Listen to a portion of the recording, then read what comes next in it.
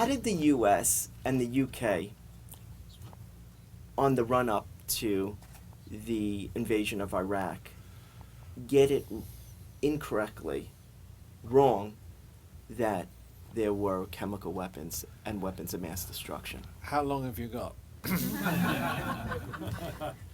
There's a saying that you know very well from spending many, many years in the U.S. Make a long story short. Well, my belief is that, some of the intelligence picture was wrong, but actually much more of it was right than you probably imagine. And I think part of the problem was, a very significant part of the problem was, that within Saddam Hussein's regime, because it was a regime of fear, there were people telling him things that were not 100% accurate. What I mean by that is that the weapons programs had restarted. But the question really, the crucial question is, how far had they got in terms of redeveloping Iraq's capability?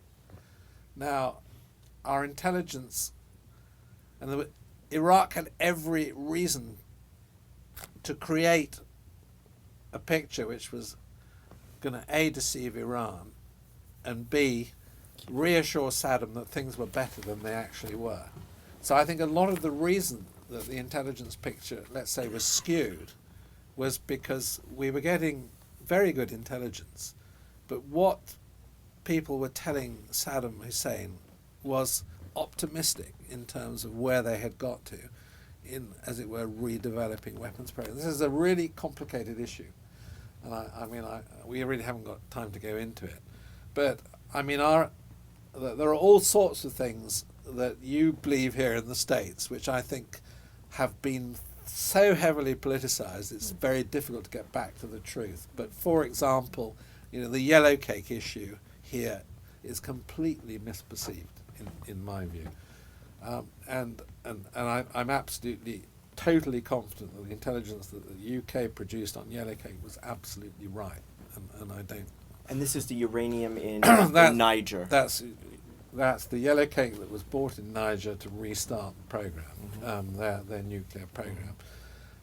The intelligence that we had on missiles was actually largely correct. The intelligence on chemical weapons was incorrect.